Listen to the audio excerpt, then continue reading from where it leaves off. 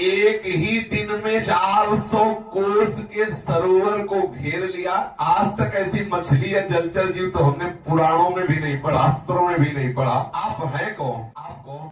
ब्रह्मा जी के सो जाने के कारण ब्राह्म नामक नैमित्तिक एक प्रलय हुआ था। उस समय समस्त ये भूमंडल सारे लोग जल में डूब गए थे। प्रलय काल आ जाने के कारण ब्रह्मा जी को नींद आ रही थी, वे सोना चाहते थे। उसी समय वेद ब्रह्मा जी के मुख से निकल पड़े तो पास में ही रहने वाले हयग्रीव नामक बलि दैत्य ने योग बल से उन्हें चुरा लिया। सर्वशक्तिमान भगवान श्री हरि ने दानवराज हयग्रीव की ये चेष्टा जान ली, इसलिए भगवान मत्स्य अवतार धारण किए। एक सत्यव्रत नाम के बड़े उदार एवं भगवत परायण राजा थे। वो केवल जल पीकर भजन कर रहे थे। भगवान की प्रसन्नता के लिए केवल जल लेते थे और भजन करते थे, जिनका नाम था सत्यव्रत। वर्तमान महाकल्प में विवस्वान सूर्य के पुत्र श्राद्ध देव के नाम से विख्यात हुए हैं, वही सत्यव्रत जी। उन्हें भगवान ने वैवस्वत मनु बना दिया। एक दिन वो भजन कर रहे थे सत्यव्रत जी, कृतमाला नदी में वो जल तर्पण करने के लिए जब गए तो उसी समय एक अंजलि में छोटी सी मछली आ गई उनके। परीक्षित उस छोटी सी मछली को जब अंजलि में देखा तो सत्यव्रत ने अंजलि में आई हुई मछली को जल में डाल दिया। इसका जीवन जल है, ऐसे डाल दिया। अब उस मछली ने बड़ी करुणा भरे स्वर में कहा कि राजन, ये आपका कार्य ठीक नहीं हुआ। तो उन्होंने आश्चर्य किया कि ये मछली कैसे बोल रही। बोले, राजन आप बड़े दयालु हो और आप जानते हो कि जल में रहने वाले जो जंतु हैं बड़े बड़े, वो हम छोटी मछलियों को खा जाते हैं। और आप भक्त हो, आप शरणागति की भी बात जानते हो, और मैं आपकी अंजलि में ऐसे नहीं आई, जानबूझ के आए हूं कि मैं बच जाऊंगी, आप मेरी रक्षा कर लेंगे। ये बड़ी बड़ी मछलियां ही हमें खा जाएंगी, और भी बहुत जंतु हैं। मैं आपकी अंजलि में इसलिए आई हूं, आपने मुझे छोड़ दिया। आप मुझे इस नदी के जल में छोड़ दिया कि आप मेरी रक्षा नहीं कर सकते। और राजा सत्यव्रत को इस बात का पता नहीं था कि ये कौन है। अब मछली के रूप में जो पधारे हुए प्रभु हैं, उनका तो परिचय वो जानते नहीं थे। देखो, एक बात ध्यान रखना है, जो भजन करते हैं उनको हर समय सावधान रहना चाहिए। प्रभु किसी भी रूप में आ सकते हैं, हर समय सावधान रहो। कोई भी सामने जीव जंतु मनुष्य कोई भी आए, तुरंत परीक्षा करो, मेरे प्रभु तो नहीं है, मेरे नारायण, मेरे हरि, मेरे कृष्ण, मेरे गोविंद इस रूप में तो नहीं आए। आप एक दिन देख लेंगे कि सब रूपों में वही आ रहे हैं और आप आनंद मगन हो जाएंगे। अब उस मछली ने जब ऐसा कहा कि आप इतने शरणागत वत्सल समर्थ हैं और मैं आपकी अंजलि में आई, मुझे भय लग रहा है ये सब बड़े बड़े जीव मुझे खा जाएंगे, और आपने पुनः मुझे जल में डाल दिया। राजा ने कहा, मैं संकल्प लेता हूं, अब मैं तुम्हारी रक्षा करूंगा, कोई भी जीव तुम्हें खा नहीं सकता। सत्यव्रत ने उस मछली की ये बात सुन करके अपनी अंजलि में मछली को ले लिया और एक पात्र में उस मछली को डाल दिया और आश्रम पर ले आए, जहां बैठ के भजन करते थे। आश्रम पर लाने के बाद एक रात में छोटी सी मछली पूरे कमंडल में भर गई और उसने कहा, राजन, ये जिस पात्र में मुझे रखे हो ये पात्र छोटा हो गया, मैं तो बढ़ गई हूं। राजा ने देखा कि एक रात में इतनी बड़ी हो गई छोटी सी मछली। अब तो कमंडल में कष्ट पूर्वक भी ये नहीं रह सकती, तो अब इसके लिए बड़ा सा कोई स्थान नियत कर दिया जाए जहां सुख पूर्वक ये रह सके। सत्यव्रत ने मछली को कमंडल से निकालकर एक बहुत बड़े मटके में रख दिया, परंतु 48 मिनट बाद फिर आवाज आई कि महाराज, ये मटका भी छोटा हो गया, मैं इसमें भी देखो इतनी बड़ी हो गई। राजा सत्यव्रत ने कहा कि अब तुम क्या चाहते हो? तो उनका ये मटका मेरे लिए पर्याप्त नहीं, मैं सुख पूर्वक इसमें नहीं रह सकती, मैं तुम्हारी शरण में हूं, इसलिए तुम्हें व्यवस्था करनी चाहिए जहां मैं सुख पूर्वक रह सकूं। सत्यव्रत ने उस मछली को बल लगा करके उठाया और एक जाकर सरोवर में डाल दिया। कुछ घड़ी बाद आवाज आई कि महाराज देखो, ये सरोवर भी छोटा हो गया, हमारा शरीर बढ़ गया, अब मैं जहां सुख पूर्वक रह सकूं वहां मुझे ले सको। पूरा सरोवर केवल मछली ही मछली, बड़ी सी एकदम। मैं जलचर प्राणी हूं, इस सरोवर का जल अब मेरे लिए पर्याप्त नहीं, इसलिए आप मेरी रक्षा कीजिए, मुझे किसी अगाध जल सरोवर में ले चलिए। अब बहुत परेशान कि इतने वजन वाले मछली को ले जाना अब वो प्रयास करके एक सरोवर से दूसरे सरोवर, लेकिन जहां ले जाते वो उतने बड़े हो जाते। फिर ला करके उन्होंने धीरे से समुद्र में छोड़ दिया। जेवी समुद्र में डाला तो बोले, देखो आप शरणागत रक्षक हो क्या? यहीं से बचने के लिए तो हम आपकी अंजलि में आई थी, फिर हमको आपने समुद्र में छोड़ दिया, फिर कोई हमें जीव खा जाएगा। ये बात सुनकर राजा सत्यव्रत ने कहा कि ये कैसे अजीब मछली है कि जहां जहां ले जाते हैं उतना बड़ा स्वरूप हो जाता है और डर रही कह रहे कि हमें कोई खा ले जाए। लगता है कि मुझे मोहित करने के लिए ये कोई दिव्य पुरुष ऐसी लीला कर रहा है। अब हाथ जोड़ करके कहा कि महाराज, आप एक ही दिन में 400 कोस के सरोवर को घेर लिया। आज तक ऐसी मछली या जलचर जीव तो हमने पुराणों में भी नहीं पढ़ा, शास्त्रों में भी नहीं पढ़ा। आप हैं कौन? आप कौन हैं? सर्वशक्तिमान सर्वांतर्यामी प्रभु श्री हरि के सिवा ऐसा चमत्कार कोई नहीं कर सकता। जीवों पर अनुग्रह करने वाले प्रभु, क्या आपने जलचर रूप धारण किया है? हे पुरुषोत्तम, आप जगत की उत्पत्ति, स्थिति और प्रलय के स्वामी हैं, आपको मैं नमस्कार करता हूँ। प्रभु, हम शरणागत भक्तों के लिए आप ही आत्मा और आश्रय हैं।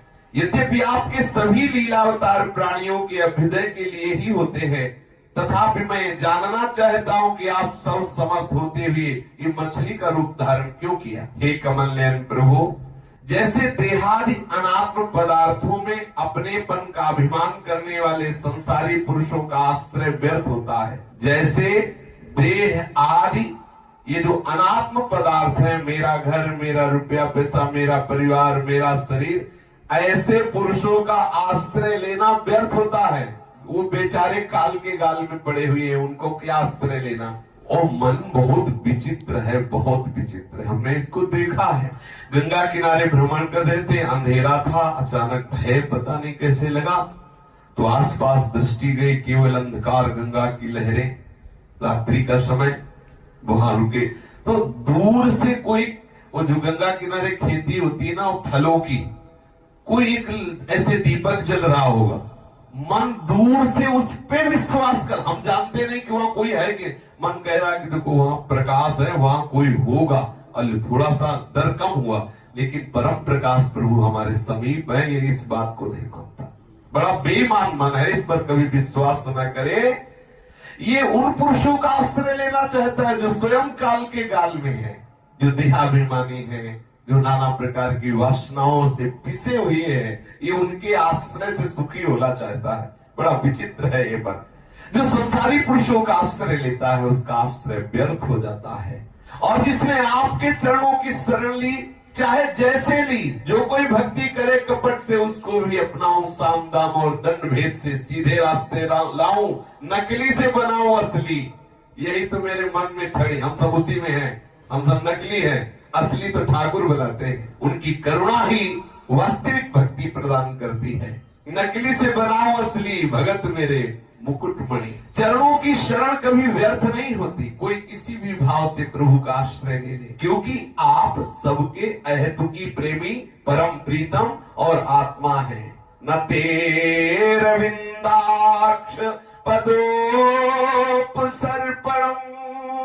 निशा भवेत् सर्व सुहृत् प्रियात्मनः यथेतरेषाम् पृथिव्यात्मनां सदा मदीदृशो यत् वपुरद्भुतं हीनः। आपके श्री चरणों का आश्रय हे कमल नयन कोई किसी भी भाव से ले ले, आप सबके हेतुकी प्रेमी है, परम प्रीतम है, परम आत्मा है, इसलिए उसका शरण लेना कभी व्यर्थ नहीं हो सकता। आपने इस समय जो रूप धारण किया, हमें दर्शन दिया, मुझे पूर्ण विश्वास हो गया कि इस मत्स्य रूप में आप ही हैं। आपकी बड़ी कृपा है। भगवान अपने अनन्य प्रेमी भक्तों पर अत्यंत प्रेम करते हैं, ये कोई प्रेमी हृदय ही जान सकता है। करते सब पर है। जब जगतपति मत्स्य भगवान ने अपने प्यारे भक्त राजऋषि सत्यव्रत की ये बात सुनी, तो उनका प्रिय और हित करने के लिए, साथ ही कल्पांत के प्रलयकालीन समुद्र में विहार करने के लिए उनसे कहा। आज के 7वें दिन भूलोक आदि तीनों लोग प्रलय समुद्र में डूब जाएंगे। उस समय जब तीनों लोग प्रलय काल की जलराशि में डूबने लगेंगे, तब हमारी कृपा से तुम्हारे पास एक बहुत बड़ी नौका आएगी। उस समय तुम समस्त प्राणियों के सूक्ष्म शरीरों को लेकर सप्त ऋषियों के साथ उस नौका पर चढ़ जाना, और सब जितने भी धान्य, छोटे बड़े प्रकार, जो अन्न भोजन आदि के, ये सब बीज, सब्जियों का अंश स्वरूप, ये सब नाव में रख लेना। सब ग्रंथ पंथ सब ऐसी नाव होगी, और वो नाव खेने वाले स्वयं प्रभु श्री हरि होंगे। कह रहे हैं उस समय समस्त प्राणियों के सूक्ष्म शरीरों को और सप्त ऋषियों को और सब छोटे बड़े धान्य, जौ आदि समस्त बीजों को लेकर के तुम उस नाव पे चढ़ जाना, क्योंकि प्रलय हो जाएगा। उस समय सब और एकमात्र केवल लहराता हुआ महासागर अथाह जल ही जल होगा, और घोर अंधकार होगा, कहीं प्रकाश नहीं होगा। ये सब होता है, आगे भी होगा, भजन कर लो, इसीलिए कहा जाता है। वृंदावन धाम में ये कालातीत धाम है, यहाँ प्रलय की पवन का भी स्पर्श नहीं। प्रलय का प्रवेश कैसे हो जाएगा? जल्दी जल्दी नाम स्मरण करते हुए शरीर संसार के राग को मिटाओ और निकुंज में चल के चक प्रियालाल का प्रसाद पाओ, जहां न काल का भय है, न किसी विकार का आकर्षण है, न किसी रोग का भय है। ये आनंद ही आनंद, महाआनंद, सदा आनंद। और ये नहीं कि भाई कुछ दिनों के लिए आनंद, जैसे स्वर्ग आदि में है तो कुछ दिनों के लिए है। पूर्ण क्षीणे मृत्यु लोके विसंति, लड़ती लाडली लाल के खेल में सम्मिलित हो, मलकती हुई लाडली जी मुस्कुराती हुई, और कहा लालजू का वो अद्भुत विलास, और ये ललिता विशाखा सखियों के कितने सुंदर सुंदर व्यंजन बनते हैं। हाँ, चक्कावन, शुगर की परेशानी नहीं, लीवर की परेशानी नहीं, ब्लड प्रेशर की परेशानी नहीं, कुछ फेल नहीं होना, सब पास ही पास होना। बिल्कुल तैयारी रखो, वृंदावन रज का सेवन करो, खूब नाम जप करो, आकांक्षा करो मुझे दिव्य वृंदावन धाम की इसी जन्म में प्राप्ति हो जाए। एकमात्र अंधकार ही अंधकार, महाजल अंधकार। समस्त ऋषिजन जो अगली सृष्टि में कार्य में आने वाले, उन सबको नौका पे बिठाना, नाव पे चढ़ जाना, और उस नाव में भयभीत मत होना। जब प्रचंड आंधी चलेगी, नाव डगमगाने लगेगी महाप्रलय के जल में, तो तुम मुझे जो देख रहे हो ना, मैं आ जाऊंगा। भगवान मत्स्य स्वरूप कह रहे हैं। और वासुकी नाग की रस्सी बनाना, और अपने एक छोर नाव का और एक छोर हमारे सींग होगा, सींग में वासुकी नाग को लपेट करके, और नाव में बस खूब जल विहार करना, खान पान की सामग्री रख लेना। महाप्रलय की पवन तुम्हें कोई कष्ट नहीं दे पाएगी। ये भगवान का अद्भुत विलास है। कोई भी रूप भगवान अपने भक्त के लिए धारण करने में संकोच नहीं करते। आप सोचो, भगवान ने अपने लोगों के लिए सूकर रूप धारण किया। सोचो कितने महान प्रभु सुअर रूप धारण करते, वाराह रूप धारण करते हमारे लिए, हम भक्तों के जीवन धारण करने के लिए कैसी कैसी प्रभु अद्भुत लीला करते हैं। वासुकी नाग के द्वारा उस नाव को मेरे सींग में बांध देना। हे सत्यव्रत, ब्रह्मा की रात भर तुम्हें ये आनंद हम देंगे। खूब चर्चा करना ऋषियों के साथ, कब व्यतीत हो गई ब्रह्मा की रात, महाप्रलय की रात तुम्हें पता नहीं चलेगा, क्योंकि मैं रहूंगा आनंद स्वरूप, तो तुम्हें दुख नहीं होगा। जब तक ब्रह्मा जी की रात रहेगी, तब तक मैं ऋषियों के साथ तुम्हें उस नाव में बैठाल कर खींचता हुआ समुद्र में विचरण कराऊंगा, जल विहार कराता। बड़ा लंबा जल विहार है ब्रह्मा जी की पूरी रात है। उस समय जब तुम प्रश्न करोगे, तब मैं तुम्हें उपदेश दूंगा।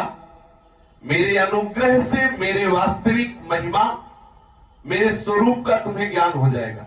ध्यान दीजिए, प्रभु के कृपा से ही प्रभु के स्वरूप को जाना जा सकता है, बुद्धिमानी से नहीं। श्री गोस्वामी तुलसीदास जी कहते हैं, सोई जानई जेहि देहु जनाई, और जानत तुम्हें तुम्हें हो जाई। प्रभु शास्त्र रूप से, गुरु रूप से, संत रूप से अपने आप को स्वयं जनाते हैं, तभी हम जानते हैं। और जो जान जाता है वो प्रभु स्वरूप हो जाता है। ब्रह्मविद ब्रह्मयु भवति। मेरे अनुग्रह से मेरे वास्तविक स्वरूप को तुम जान जाओगे, जिसका नाम परम ब्रह्म है। तुम्हारे हृदय में महिमा प्रकाशित हो जाएगी, तुम ठीक ठीक मेरे स्वरूप को जान लोगे। राजा सत्यव्रत को यह आदेश देकर मत्स्य रूप भगवान अंतर्धान हो गए। अब राजा सत्यव्रत उसी समय की प्रतीक्षा करने लगे जिसके लिए भगवान ने आज्ञा दी थी। कुशों का अग्रभाग पूर्व की ओर करके राजर्षि सत्यव्रत उन पर पूर्व उत्तर मुख से बैठ गए और मत्स्य स्वरूप श्री हरि के चरणों का चिंतन करने लगे। इतने में ही प्रभु का बताया हुआ वो समय आ गया। राजा ने देखा कि समुद्र अपनी मर्यादा छोड़कर बढ़ रहा है। प्रलय काल की भयंकर मेघ वर्षा होने लगी, जैसे खंभे ऐसी मोटी धार। ये जो बूंद गिरती ना महाप्रलय में, ऐसी नहीं, खंभे की तरह मोटी, मतलब सीधे गए एक ही बूंद में ऐसी। देखो कितने विचित्र, कभी कभी पत्थर गिरते। एक वर्ष यहाँ गिरे थे वृंदावन में, इतने बड़े गिरे थे, ऐसा लग रहा था जैसे कोई गुलेल से फेंकता है, झर झर झर। देखो कैसी माया, कहीं कुछ नहीं है, ढेर लग गया ओलों का। वो बड़े विचित्र भगवान महाप्रलयकारी भयंकर मेघ वर्षा करने लगे। महाराज ने देखा, सत्यव्रत ने, देखते देखते इधर समुद्र अपनी मर्यादा छोड़कर बढ़ने लगा, इधर सारी पृथ्वी प्रलयंकारी वर्षा से जल में डूब गई। अब राजा भगवान का स्मरण कर रहे थे तो देखा कि उनके सामने विशाल नाव आ गई। तब वे धान्य और अन्य बीजों को लेकर सप्तऋषियों के साथ उस पर सवार हो गए। सप्तऋषियों ने बड़े प्रेम से राजा सत्यव्रत से कहा, राजा अब तुम भगवान का ध्यान करो, वे ही हमें इस महासंकट से बचाएंगे, वही हमारा कल्याण करेंगे। उनकी आज्ञा से राजा ने प्रभु का ध्यान किया। उसी समय देखा कि वही मत्स्य रूप भगवान जो उनकी अंजलि में आए थे, वही विशाल रूप धारण किए हुए आ रहे। श्याम वर्ण है इस मत्स्य का, विशाल। वैसे मछली के नेत्रों की शोभा क्या कहना। जब कभी किसी के नेत्रों का वर्णन करना होता है तो मीन के नेत्रों का भी उदाहरण, खंजन मीन मृगज मद में तत् कहा कहो नैनन के। श्याम वर्ण लालजू महाराज और सुंदर उनके नेत्र और मत्स्य रूप धारण किए हुए हैं। और जानते हो कितने बड़े हैं, मछली कितनी बड़ी है, 4 लाख कोस की मछली, 4 लाख कोस की, और बड़ा तेज निकल रहा है। श्याम वर्ण होने पर भी सोने की सी कांति प्रकाशित हो रही है। 4 लाख कोस का शरीर है, 4 लाख कोस। हाँ, उनके शरीर से एक बीच में भारी सींग है। प्रभु ने जैसी आज्ञा दी थी वैसा ही वासुकी नाग से एक सींग में और नाव में ऐसे बांध दिया गया। सत्यव्रत प्रसन्न होकर बैठ गए और समस्त ऋषियों के साथ सत्यव्रत प्रभु की स्तुति करते हैं कि हे प्रभु, अनाद्य विद्योपहतात्म संविदस तन्मूल संसार परिश्रमातुरा यदृच्छेयोपसृता यमाप्नुयुर् विमुक्तिदो नः परमो गुरुर्भवान्। संसार के जीवों का जो आत्मज्ञान है अनादि अविद्या से ढक गया है, इसी कारण वे संसार के अनेकानेक क्लेशों के भार से पीड़ित हो रहे हैं। हे प्रभु, जब अनायासी आपके अनुग्रह से वे आपकी शरण में पहुंच जाते हैं, अनायासी, जैसे दिन का वायु के प्रवाह से कभी कभी बहुत अच्छे स्थान पे गिर जाता है, अपने लोग ऐसे ही श्रीधाम में आके गिर गए, ऐसे ही संत समागम में आ गए। कितनी अहोभाग, कितनी अहो कृपा, कैसे वर्णन करे लाडली लाल की कृपा का। नहीं तो सोचो कहां फंसे होते, तिनका जो बयारी के बस, वायु के प्रवाह ने मुझे कहां गिरा दिया। कितनी बड़ी कृपा कर दी। इसमें किसी का पुण्य नहीं, भाग्य नहीं, अहोभाग्य अब, क्योंकि यहां आ गए। हम भाग्यवान थे इसलिए आ गए, ऐसा नहीं। अब अहोभाग्य कि मुझे यहां वास मिले। अनायास ही आपकी कृपा से आपकी शरण में पहुंच गए। आपकी कृपा से कोई आपको प्राप्त कर सकता है, पकड़ो बात। आपकी कृपा से कोई आपको प्राप्त कर सकता है, तो हम क्यों न रो करके याचना करें कि नाथ काहे को दौड़ा रहे हो। जब आप अपनी कृपा से ही मिलते हो तो करो कृपा और मिल जाओ मुझे। मेरी सामर्थ्य नहीं कि मैं आपको दौड़ कर पा सकूं, नाथ आप कृपा करो। इसलिए हमें बंधन से छुड़ाकर वास्तविक मुक्ति देने वाले परमो गुरु भगवान, आप गुरुओं के भी परम गुरु हो, सबके गुरु भगवान है, वही गुरु रूप धारण करते हैं। विमुक्ति दो न परमो गुरु भगवान। अगर कोई मोक्ष देने वाला है गुरु तो श्री हरि ही है। श्री हरि ही गुरु है, गुरु ही श्री हरि है। अवेद है, गुरु हरि दो नहीं है, एक ही है। ये जीव अज्ञानी है, ये ऐसे ऐसे कर्म करता है कि स्वयं बंध जाता है, इसे कोई और थोड़ी बांधता है। ये अपने आप ऐसे कर्म करता है, वो अपने कर्मों में ही बंध जाता है, अपने कर्मों में ही पिसता रहता है, अपने कर्मों के ही बंधन में नाना प्रकार के दुख सुख के थपेड़े पाता है। ये कर्म क्यों करता है? सुख की इच्छा से। कहां करता है? अविद्या से युक्त होकर के इस भ्रमात्मक संसार में। और जहां दुख ही दुख है, हर कर्म का फल दुख है, वो समझ नहीं पा रहा, उसे लग रहा है सुख है। परिणाम देखना,